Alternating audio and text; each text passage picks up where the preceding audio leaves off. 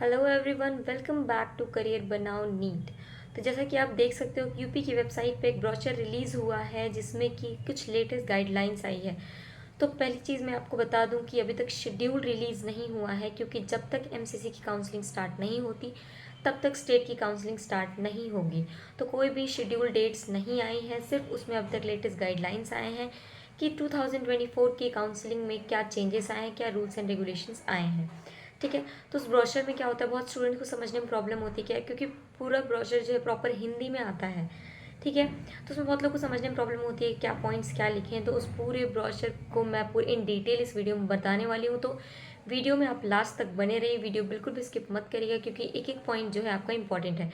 अगर आप यूपी के स्टेट से हो और वहाँ के स्टेट में आप गवर्नमेंट कॉलेज लेना चाहते हो फॉर एमबीबीएस और बीडीएस, या फिर प्राइवेट कॉलेज में एडमिशन लेना चाहते हो, तो आप इस वीडियो को लास्ट तक देखिए। ओके। सो फर्स्टली अगर मैं बताऊँ तो फर्स्ट राउंड, जो कि इस बार का न्यू रूल है कि फर्स्ट राउंड में आपका फ्री एग्जिट दिया है। दैट मीन्स अगर आपको फर्स्ट राउंड में कॉलेज अलॉट होता है और आप कॉलेज में एडमिशन लेते हो, उसके बाद अगर आप उस कॉलेज को एग्जिट करना चाहते हो, उस कॉलेज को नहीं लेना चाहते हो, तो कोई प्रॉब्लम नहीं है, आप फर्स्ट राउंड में फ्री एग्जिट कर सकते हो। आपकी पूरी फीस रिफंड हो जाएगी। दैट मीन्स जो आपने सिक्योरिटी मनी पे की है वो security money and tuition fees, for example अगर आपने किसी कॉलेज में एडमिशन वगैरह ले लिया हो तो वो भी आपका रिफंड हो जाएगा। ठीक है। नेक्स्ट अगर हम बात करें कि एलिजिबिलिटी क्या है यूपी स्टेट के कॉलेज में एडमिशन लेने की, तो फर्स्ट एलिजिबिलिटी तो आपकी है कि आप नीट क्वालिफाइड होनी चाहिए, जो कि मेन सिंपल सी बात है यार। देन अगर आप गवर्नमेंट कॉलेज में एडमिशन लेना चाहते हो, वहाँ के गवर्नमेंट कॉलेज में, तो अगर आपने वहाँ से 10th और 12th की है तो वहाँ की डोमिसाइल की आपको नीड नहीं है। बट अगर आपने वहाँ से 10th या 12th या फिर दोनों भी नहीं किया है तो आपको वहाँ का डोमिसाइल बनवाना पड़ेगा। वो डोमिसाइल आपकी काउंसलिंग में लगेगी। ओके। नेक्स्ट चीज़ है कि अगर आपने 2023 में स्ट्रे वैकेंसी राउंड में आपको कोई भी सीट अलॉट हुआ था और आपने वो सीट छोड़ दी थी, तो आप 2024 की काउंसलिंग के लिए एलिजिबल नहीं हो, आपको बैन कर दिया गया है। ठीक है। तो जो स्टूडेंट्स ने पिछली बार सीट छोड़ी थी वो इस काउंसलिंग में पार्टिसिपेट नहीं कर सकते। नेक्स्ट अगर मैं बात मैं करूँ तो रजिस्ट्रेशन की, तो अगर गवर्नमेंट कॉलेज में आपको एमबीबीएस या बीडीएस के लिए एडमिशन लेना है तो 2000 फीस आपकी से होगी रजिस्ट्रेशन फीस, जो कि नॉन रिफंडेबल होगी, एंड 30,000 सिक्योरिटी मनी। तो 30,000 जो है आपके एडमिशन के बाद 6 महीने के बाद आपको उसी अकाउंट में रिफंड हो जाते हैं जिस अकाउंट से वो आपके पे हुए होते हैं। अभी आपके एडमिशन होते हैं तो वो नेक्स्ट ईयर आपको जैन फेब तक रिफंड हो जाएंगे। ठीक है। नेक्स्ट अगर हम बात करें कि अगर प्राइवेट कॉलेज में आप काउंसलिंग करा रहे हो, प्राइवेट कॉलेज के लिए जा रहे हो, तो आपकी रजिस्ट्रेशन फ़ी होगी 2,000 and security money will be 2 lakhs। ठीक है। तो 2 lakhs आपकी सिक्योरिटी मनी होगी एमबीबीएस के लिए एंड 1 lakh बीडीएस के लिए। तो अगर आप प्राइवेट कॉलेज की फ़ी पे करते हो तो आप उसमें गवर्नमेंट कॉलेज की भी काउंसलिंग करा सकते हो। बट जो स्टूडेंट 30,000 पे करें वो प्राइवेट कॉलेज को चॉइस फिलिंग नहीं कर सकते। ठीक। नेक्स्ट इज़, हाँ, अब अगर स्ट्रे वैकेंसी राउंड, अब आपने तीनों राउंड में पार्टिसिपेट किया, आपको सीट अलॉट नहीं हुआ, बट आप फिर भी स्ट्रे राउंड में पार्टिसिपेट करना चाहते हो, तो स्ट्रे वैकेंसी राउंड के लिए आपको न्यू रजिस्ट्रेशन करना पड़ेगा, जिसकी फ़ीस है 1,000 rupees and that is non refundable. और जो स्टूडेंट्स ने तीनों राउंड में रजिस्ट्रेशन नहीं किया है और न्यू कैंडिडेट है स्ट्रे वैकेंसी राउंड के लिए, तो उनको 1,000 registration fee and security money दोनों पे करना होगा। बट जिन स्टूडेंट्स ने बाकी 3 राउंड से पहले रजिस्ट्रेशन कर लिया है, सिक्योरिटी मनी पेड है, तो उनको सिर्फ न्यू रजिस्ट्रेशन करके 1,000 फ़ी पेमेंट करना होगा। ठीक है। नेक्स्ट अगर हम बात करें नोडल सेंटर्स, तो नोडल सेंटर्स क्यों बनाए जाते हैं? पहले क्या था, सारी चीज़ें, सारे डॉक्यूमेंट वेरिफिकेशन वगैरह जो था ऑफलाइन होते थे, बट अभी ऑनलाइन होगा, तो उन्हीं नोडल सेंटर्स पे आपके डॉक्यूमेंट वेरीफाई होते हैं। उसके बाद सीट अलॉटमेंट की कुछ रिजर्वेशंस जो है वो है, अगर किसी भी कॉलेज में एससी की 21% रिजर्वेशन है, यूपी के किसी भी स्टेट कॉलेज में एससी के लिए 21% सीट्स रिजर्व हैं, एसटी के लिए 2%, ओबीसी के लिए 27% एंड ईडब्ल्यूएस के लिए 10%। बट कुछ कॉलेजेस ऐसे होते हैं जो कि कैटेगरी के लिए ही मेनली रिजर्व्ड होते हैं, मीन्स उसमें 50% से ज़्यादा सीट्स जो होती है कैटेगरी स्टूडेंट्स के लिए होती है। अब जैसे हम बात करें तो एक कॉलेज है गवर्नमेंट कॉलेज, जो कि अम्बेडकर नगर, कन्नौज, जालौन और सहारनपुर, इन कॉलेजेस में मेनली ये रिजर्व्ड होता है, एससी सीट्स रिजर्व हैं। तो यहाँ पे क्या है, एससी स्टूडेंट्स के लिए 62 सीट्स रिजर्व हैं, एसटी के लिए 5 सीट्स रिजर्व हैं, ओबीसी के लिए 5 सीट्स और ईडब्ल्यूएस के लिए 7 सीट्स। तो आप देख सकते हो कि मेजॉरिटी आपका एससी के लिए रिजर्व्ड है, 62 सीट्स।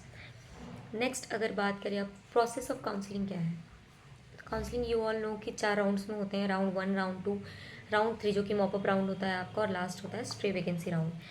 देन अगर आपको फर्स्ट राउंड में कॉलेज अलॉट होता है और वो कॉलेज आपको नहीं लेना, फिर भी आप सेकेंड राउंड में चॉइस फिलिंग करते हो, तो फर्स्ट राउंड में जो आपको कॉलेज अलॉट हुआ है वो अपने आप ही कैंसिल हो जाता है, ठीक है। बट आप ये ट्राई करो कि फर्स्ट राउंड में जो आपको कॉलेज मिला और वो आपको नहीं लेना है, तो सेकेंड राउंड में आप उसमें चॉइस फिलिंग मत करो, ठीक है।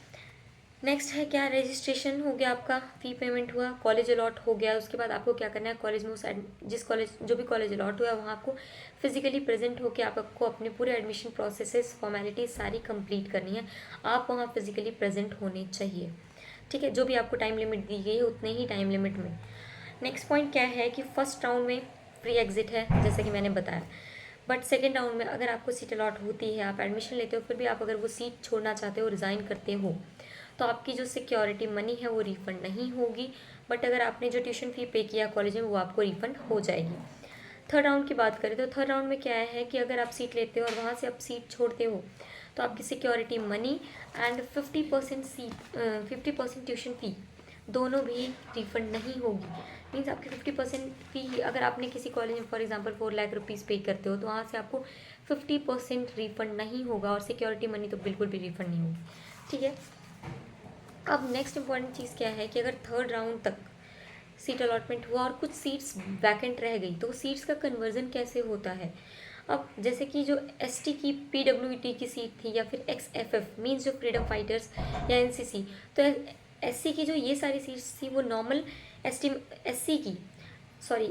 की अगर आपकी पीडब्ल्यू की है, एक्स फ्रीडम फाइटर है, एनसीसी की सीट थी तो वो नॉर्मल एसटी में कन्वर्ट हो जाएगी। एससी की अगर पीडब्ल्यूडी फ्रीडम फाइटर या एनसीसी की थी तो वो नॉर्मल एससी में कन्वर्ट हो जाएगी। यूआर की भी अगर इन कैटेगरीज की है तो वो नॉर्मल यूआर में कन्वर्ट हो जाएगी। इसी तरह से ओबीसी, ईडब्ल्यूएस, एसटी, इन सब की अगर इन सब कैटेगरीज में है तो वो नॉर्मल अपने कैटेगरी में चेंज हो जाएगी। बट अगर एसटी की पीडब्ल्यूडी, एक्स फ्रीडम फाइटर और एनसीसी है तो नॉर्मल एससी में भी कन्वर्ट हो जाएगी अगर वैकेंट है तो। और ओबीसी की कोई सीट वैकेंट है तो वो यूआर में मींस अनरिजर्व जनरल कैटेगरी में कन्वर्ट हो जाएगी। ईडब्ल्यूएस की भी जनरल में कन्वर्ट हो जाएगी। और कोई माइनॉरिटी की सीट पे अगर वैकेंट रह जाती है तो वो यूआर मींस जनरल में अनरिजर्व में कन्वर्ट हो जाएगी। आप इस जब ब्रोशर को देखोगे ना तो सारे पॉइंट जो भी मैं बोल रही हूँ सारी चीज़ें आपको इसमें एक बार देखने में समझ आएगी। और ये जो कन्वर्जन ऑफ सीट्स है उसका एक चार्ट दिया हुआ है ब्रोशर में, अब आपको क्लियरली वहाँ जाके ये चीज़ें समझ आएगी। नेक्स्ट क्या है, स्टे राउंड के लिए एलिजिबिलिटी क्या होनी चाहिए। तो स्टे राउंड के लिए वही स्टूडेंट्स एलिजिबल हैं जिनको भी कि किसी भी राउंड में सीट अलॉट नहीं हुआ है। नेक्स्ट क्या, अगर आपको ऑल इंडिया कोटा से भी कोई भी सीट रिजर्व होती है तो भी आप stay vacancy round state counselling के लिए भी एलिजिबल नहीं हो, ठीक है। बट अगर आपको स्टेट में फर्स्ट सेकंड थर्ड राउंड में बीडीएस सीट अलॉट हुई है बट आप एमबीबीएस के लिए जाना चाहते हो तो आप स्टे वैकेंसी राउंड में एलिजिबल हो। आपको स्टे वैकेंसी राउंड के लिए सिर्फ 1000 रुपीज़ पे करना होगा न्यू रजिस्ट्रेशन, ठीक है। और अगर आपको इसमें स्टे राउंड में सीट अलॉट होती है, आप उस सीट को लेफ्ट करते हो, रिज़ाइन करते हो, तो आप नेक्स्ट ईयर के लिए बैंड हो for NEET examination and counselling both. उसके बाद लास्ट हम आते हैं एडमिशन प्रोसेस। एडमिशन में क्या है कि अगर आपको सीट अलॉट होता है तो आपको उस अपने सेंटर पे कॉलेज पे जाना होता है, प्रेजेंट होना पड़ता है और आपको अपनी फ़ी पेमेंट और सारी फॉर्मेलिटीज़ कंप्लीट करनी होती है।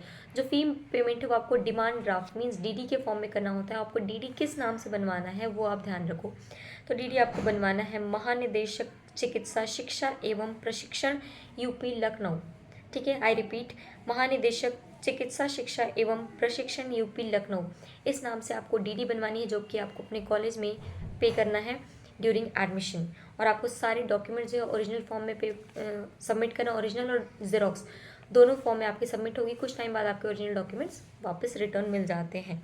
और अगर आप रॉन्ग डॉक्यूमेंट्स वहाँ पे सबमिट करते हो तो आपका एडमिशन कैंसिल हो सकता है। Last process is resignation.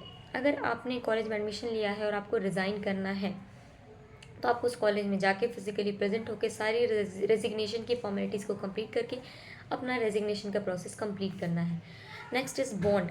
Government colleges में क्या है, बॉन्ड होता है। तो अगर आपने कॉलेज को बीच में छोड़ दिया, 1 साल के बाद छोड़ दिया, तो क्या होता है आपको पूरे 5 साल की फ़ी पे करनी होती है और 1 लाख प्लस एक्स्ट्रा पे करना होता है। तो ये होता है कॉलेज का बॉन्ड। तो आपको पूरी कॉलेज की फ़ी तो पे करनी ही पड़ेगी, साथ साथ आपको 1 लाख रुपीज़ भी पे करना पड़ेगा एज अ फाइन, ठीक है। तो स्टूडेंट्स ये थी पूरी आपकी यूपी काउंसलिंग के लिए जो new rules and regulation guidelines आई है जो भी वेबसाइट पर रिलीज़ हुई है, ठीक है, अब आपको उसको जाके एक बार पढ़ सकते हो। नेक्स्ट, आप हमारे चैनल पे बने रहिए न्यू काउंसलिंग अपडेट्स के लिए, और आप हमारे काउंसलिंग प्रोग्राम को ज्वाइन कर सकते हैं जस्ट रुपीज़ विद इन 999 में। आप एक काउंसलिंग के रिगार्डिंग कोई भी एडवाइस ले सकते हो। आपको सारे लिंक्स हमारे डिस्क्रिप्शन में मिल जाएंगे, और टेलीग्राम चैनल अगर ज्वाइन नहीं किया जल्दी से ज्वाइन कर लीजिए, क्योंकि कोई भी इन्फॉर्मेशन यहाँ मिस होती है तो वहाँ पे आप उसको देख सकते हो। ठीक है, तो सारी काउंसलिंग रिलेटेड अपडेट्स के लिए हमारे चैनल पे बने रहिए। नेक्स्ट ऐसी वीडियोज़ के लिए मैं आपसे मिलती रहूँगी। तब तक के लिए थैंक यू, बाय बाय।